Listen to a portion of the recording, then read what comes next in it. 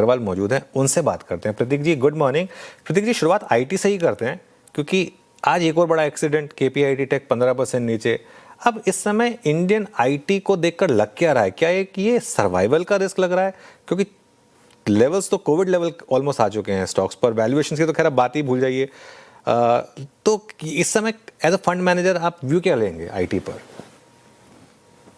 देखिए, हमारे हाउस में पिछले 2.5 साल से प्राय सारे फंड्स में आपको आईटी शून्य के बराबर मिलेगी। अब हमारा फंड हाउस थोड़ा सा अलग है, हम ग्रोथ इन्वेस्टर हैं और वहां पे आज एक कंपनी कई सालों के लिए 20+% अर्निंग्स ग्रोथ देगी।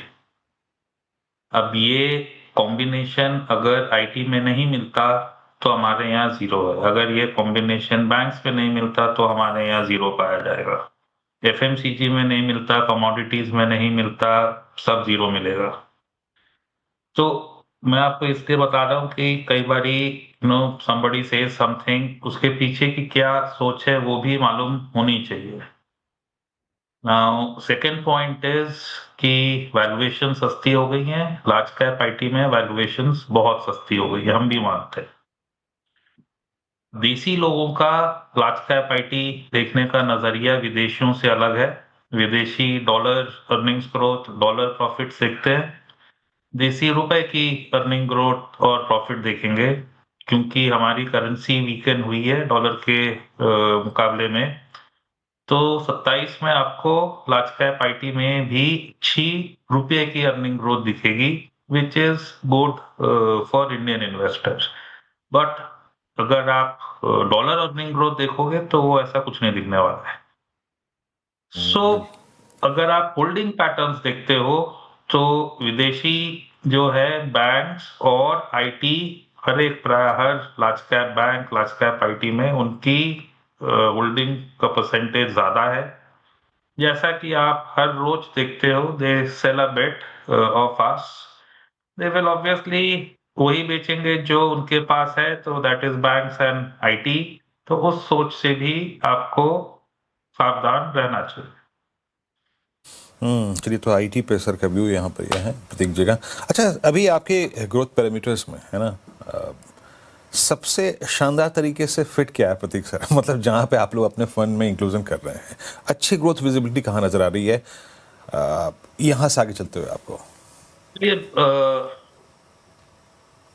जब एक तो ग्रोथ किसकी होती है अगर जीवन से कंपेयर करें, बुढ़ापे में जाके तो ग्रोथ नहीं होती ना, हम वहां पहुंच रहे हैं। ग्रोथ बच्चों की होती है, ग्रोथ न्यू बॉर्न बेबी की होती है, राइट। इसी तरीके से आप बाजार में देखें, आप इकोनॉमी में देखें, जो स्पेसेस नई पैदा हुई हैं और 8 9 10 साल हुए हैं उनको बाजार में आए हुए, उनमें longevity of growth of the order that we are seeking will be higher. So those would be younger places. जैसा आईटी शायद 90 में था, जैसा शायद प्राइवेट सेक्टर बैंक 2000 के पहले दशक में थे। तो अगर आप देखो तो रिन्यूएबल ऐसा आता है, ईवीज ऐसी आती हैं, डिजिटल आता है, कैपिटल मार्केट में कई सारी कंपनियां आती हैं। कोई भी म्यूचुअल फंड लिस्टेड नहीं था, 5 साल पहले भी कोई भी लिस्टेड नहीं था। And you get the drift. कई सारी डिफेंस कंपनियां आ गई हैं। इन सारी स्पेसेस में आप सोचो, क्या हमको वो क्वांटम ऑफ ग्रोथ मिलेगी जो हमारी अपेक्षा है? हमको लगता है हाँ। और इसी वजह से आप अगर हमारे पोर्टफोलियो में देखोगे तो सारी ये जो हाई ग्रोथ की स्पेसेस है इन अर्निंग्स, वो आपको मिलेंगी। फार्मा में हॉस्पिटल्स हो गए, सेमाग्लूटाइड वाली स्पेस हो गई, वो प्राय हमारे कई सारे फंड्स में आपको थोड़ा थोड़ा स्प्रिंकलिंग दिखेगी। और जहां पे ग्रोथ नहीं है वहां हम नहीं होते हैं। तो हम अभी 3.5 पौने 4 साल हो गया कह रहे हैं, this is time for alpha. Alpha meaning returns higher than large cap index. Large cap index आज का दौर जो है डिसरप्शन का दौर। डिसरप्शन के दौर में जो बड़ी कंपनियां होती हैं, लेगेसी बिजनेस होती हैं, वो चेंज करती हैं अपने आप को, बट उनको दिक्कत ज्यादा होती है। ओवरऑल आप ग्रोथ नहीं दिखा पाते क्योंकि एक पार्ट आपका थक रहा हो। तो जो बिजनेसेस उस क्षेत्र की आती हैं, नई बिजनेस होती हैं और अच्छी बढ़ निकलती हैं, उनको एक अपॉर्चुनिटी मिलती है। तो हमारे हाउस में आप प्राय देखोगे न्यू स्पेसेस की top one top two stand alone company आपको मिलेंगी। That is our construct. ये पिछले कुछ दिनों में शानदार मूव्स वापस ऑटो स्पेस में आ रहे हैं। आप इस स्पेस में ओवरवेट हैं क्या प्रतीक जी? ऑटो में जो आइस व्हीकल्स की क्षेत्र है उसमें हमारा इन्वेस्टमेंट जीरो है। कि हमको, आप देखिए, आप सोचिए कितनी पी उनकी है। जिस एक नंबर ले लेते हैं, आपको लगता है कि आइस व्हीकल 25 साल चलती रहेगी? या अगर आपको लगता है कि अगले 5 से 10 सालों के बीच में ice will convert into EV, तो आपको क्या करना चाहिए? तो हमारे हाउस में जिन कंपनियों में ईवीज की लीडरशिप है वो दिखेंगी। आइस ओनली प्लेयर्स जीरो हैं। इनफैक्ट डोमिनेंट आइस प्लेयर्स भी जीरो हैं। प्योर ईवी प्लेयर्स आपको दिख जाएंगे। कि फ्यूचर हमारे हिसाब से ईवी है। फ्यूचर हमारे हिसाब से जो हमने सोचा था ईवी के लिए, वो उससे ज्यादा तेजी से आ रहा है। जो दिल्ली में हुआ वो तो सपने में, मतलब एक्सपेक्टेशन ही नहीं थी कि आप कर दोगे। एक अप्रैल 28 से two wheeler has to be EV, 1 अप्रैल 27 से three wheeler has to be EV, चलो वो भी मान लिया। बट इस दौरान आज से 30,000 रुपया आप दे रहे हो एक ईवी टू व्हीलर खरीदने के लिए, अगले साल घट के 20,000 हो जाएगा, उसके अगले साल 10,000 हो जाएगा। ये तो सपने में भी नहीं सोचा था। So that is the pace of conversion. तो उसमें जिनकी ईवी की स्ट्रैटेजी नहीं है, जो वहाँ रुक रुक के आ रहे थे, वहां पे obviously this a huge value migration which is happening from ICE to EV. तो हम वहां होते हैं जहाँ पे वैल्यू माइग्रेट हो रही होती है। जहाँ वैल्यू माइग्रेट हो रही है आप वहाँ हैं। अच्छा सर, 21 कुछ सेक्टर्स में ग्रोथ थी, नंबर्स अच्छे थे, बट उसके अगेंस्ट प्राइस डैमेज हुआ था along with market fall. Hotels में आपकी रीडिंग क्या कह रही है इस वक्त?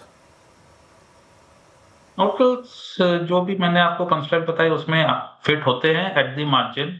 उनके 15 से 20% के बीच की ग्रोथ निकल के आती है। तो हम कभी वहां दिखते हैं, कभी नहीं दिखते हैं। सो ओवरऑल थोड़ा सा उसमें आपको वैल्यूएशन का समावेश करना पड़ता है, क्योंकि compounding alone will not give us the return that we seek. तो मतलब एट द बॉटम लाइन ये क्षेत्र रहता है। हमारे हाउस में एक दो होटल आपको मिल जाएंगे इन्वेस्टी कंपनीज में।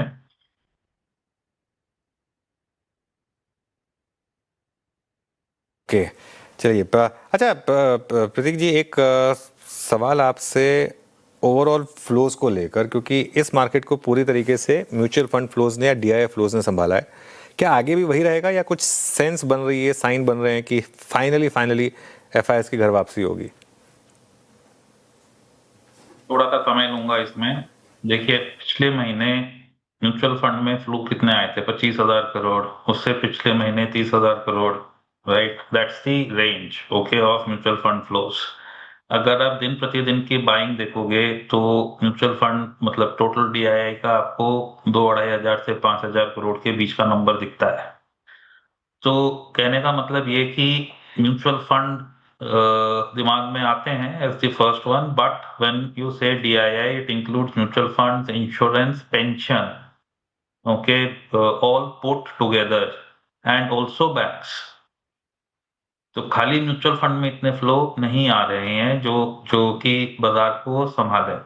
हाँ, ये जरूर है कि म्यूचुअल फंड में ज्यादा पैसा मिड और स्मॉल कैप फंडों में आता है, जहां पे हम x of large cap invest कर सकते हैं। तो ब्रेथ ऑफ द मार्केट जो होती है वो म्यूचुअल फंड के फ्लो से ज्यादा प्रभावित होती है, क्योंकि इंश्योरेंस और पेंशन ज्यादा लार्ज कैप की तरफ फोकस्ड रहते हैं बाय मैंडेट।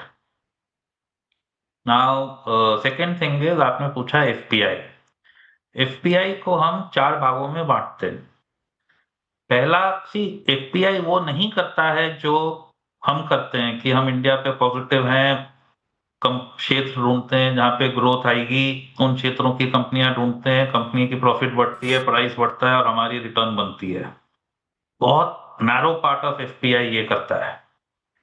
एक बड़ा part of FPI arbitrage fund की तरह है हमारा। वो आते हैं, कैश खरीदते हैं, फ्यूचर रोल करते रहते हैं। आप देखोगे एफपीआई का फ्यूचर पे टैक्स 0 है, तो इस स्ट्रैटेजी में उनको टैक्स ड्रैग नहीं लगता। 6.5 से 7% आप आर्बिट्राज में कमाते हो। आप कॉम्पीट किससे करते हो कि बाहर आपको यील्ड कितनी मिल रही है। अगर आप यूएस 10 ईयर से देखो तो आप, एटलीस्ट मेरा ये अनुभव है कि अगर आप 4 के आसपास पहुंचते हो तो ये 6.5% आपको अट्रैक्टिव लगने लगता है, हमारे यहाँ फ्लो आने लगते हैं। अगर वहां पे 4.5-5 के आसपास की यील्ड हो जाती है तो ये अट्रैक्टिव नहीं लगता, आपको फ्लो नहीं आते। तो ये पहला टाइप का एफपीआई हो गया। दूसरा टाइप का एफपीआई हो गया हेज फंड। हेज फंड क्या करता है, जो अच्छा लगता है वो खरीदता है, जो बुरा लगता है वो बेचता है, तो उसको वैल्यूएशन न्यूट्रल हो जाता है। वो इंडिया की अगर वैल्यूएशन प्रीमियम है उससे उसको फर्क नहीं पड़ता, क्योंकि जो उसकी स्ट्रैटेजी है उससे उसने प्लस माइनस करके वैल्यूएशन साइड कर दी। उसके लिए बहुत जरूरी है कि करेंसी स्टेबल हो, क्योंकि वो लीवर्ड स्ट्रैटेजी खेलता है, राइट। क्या करेंसी हमारी स्टेबल है अभी? अगर हाँ तो ये जंतु वापस उत्पन्न हो जाएगा, अगर नहीं तो ये इसको हमको एक्सपेक्ट करना चाहिए कि बाहर रहेगा। तीसरा है जो हमारे सॉवरेन फंड्स होते हैं, वो भी इंडिया के लिए नहीं आते, वो इंडिया के अल्फा मैनेजर के अल्फा के लिए आते हैं। एक मैनेजर को चुनते हैं जो उनको लगता है उनको अल्फा प्रोवाइड कर सकता है, उसके पीछे पैसा लगाते हैं और पीछे से एमएससीआई इंडिया बेच डालते हैं। नाउ आज के दिन अगर थॉट ग्रोथ की एआई की तरफ है तो इंडिया की तरफ आने में समय लगेगा, ऐसा मेरा मानना है। और चौथा जो होता है वो emerging market fund, global fund, वो हैं इंडिया फंड। इंडिया फंड बहुत छोटे हैं, आज के दिन जाके इंडिया की स्टोरी मार्केट करना बहुत मुश्किल था। अभी तेल के भाव गिर गए तो थोड़ा आसान हो गया है। इमर्जिंग मार्केट फंड में वापस आप देख रहे हो जहां पे एआई विनर्स दिख रहे हैं वहां की तरफ रुझान ज्यादा है।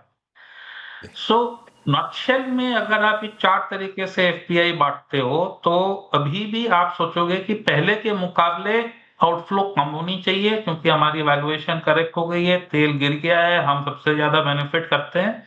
बट स्टिल आपको नेगेटिव फ्लोज एक्सपेक्ट करने चाहिए, पॉजिटिव अभी शायद नहीं हो पाएंगे। ऑलराइट, पॉजिटिव अभी शायद नहीं हो पाएंगे। प्रतीक जी बहुत बहुत शुक्रिया आज हमारे साथ जुड़ने के लिए और अपना समय देने के लिए। चलिए